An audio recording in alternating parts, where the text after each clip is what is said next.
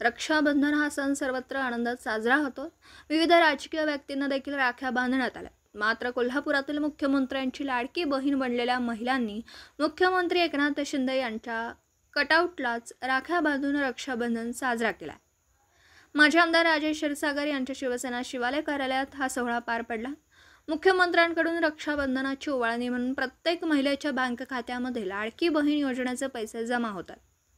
त्यामुळे महिला वर्गात आनंदाचं वातावरण पाहायला मिळतं। त्यामुळेच मुख्यमंत्री एकनाथ शिंदे यांच्या कटआउटला राखी बांधून बहिणींनी आपल्या लाडक्या भावाप्रती असणाऱ्या भावना व्यक्त केल्यात। तर माझे आमदार आणि राज्य नियोजन मंडळाचे कार्यकारी अध्यक्ष राजेश क्षीरसागर यांनी एकनाथ शिंदे पुन्हा एकदा मुख्यमंत्री होतील असा विश्वास यावेळी बोलताना व्यक्त केला। राजेश क्षीरसागर साहेबांनी जो कार्यक्रम ठेवला रक्षाबंधनाचा आणि आम्ही कटआउटला जे साहेबांच्या राखी बांधली असं आम्हाला फिलिंग झालं की प्रत्यक्षात आज मुख्यमंत्र्यांना आम्ही रक्षाबंधन केले आणि राखी बांधल्या अशी भावना निर्माण झाली आहे आमच्या मनात। आणि त्यांनी जे आम्हाला 3000 रुपये जी ओवाळणी दिली त्याबद्दल सर्व महिला समाधानी आहेत। खूपच आनंद झाला आहे आज। थँक्यू। माझं नाव प्रियंका मयूर सांगावकर, शनिवार पेठ, क्षीरसागर गल्ली। जी राखी बांधायचा आम्हाला मान मिळाला तर मान आम्हाला अतिशय आनंद झालेला आहे।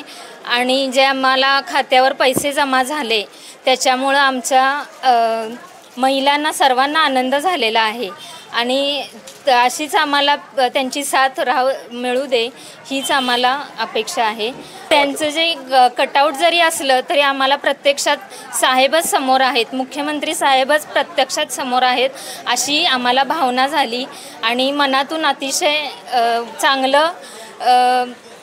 चांगली भावना निर्माण होऊन आम्हाला आनंद खूप झालेला आहे।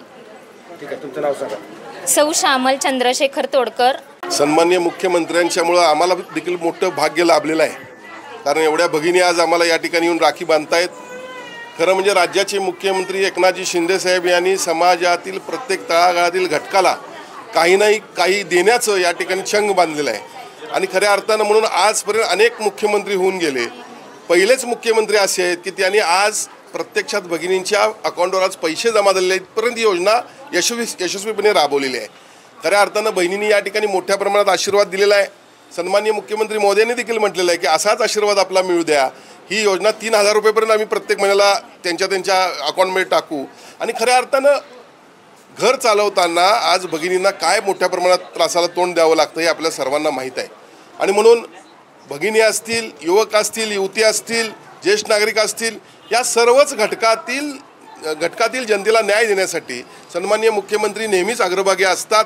खऱ्या अर्थानं आज जर पाहिलं तर राज्यामध्ये असा मुख्यमंत्री झालेला नाही आहे, त्यामुळे भगिनींचा आशीर्वाद असा मिळालेला आहे की सन्माननीय मुख्यमंत्री या राज्याचे सातत्यानं मुख्यमंत्री राहावेत असा आशीर्वाद त्यांना मिळालेला आहे। आणि मला खात्री आहे की येणाऱ्या या निवडणुकीनंतर या राज्याचे मुख्यमंत्री मोठ्या बहुमतानं निवडून या राज्याचे परत एकदा मुख्यमंत्री होतील।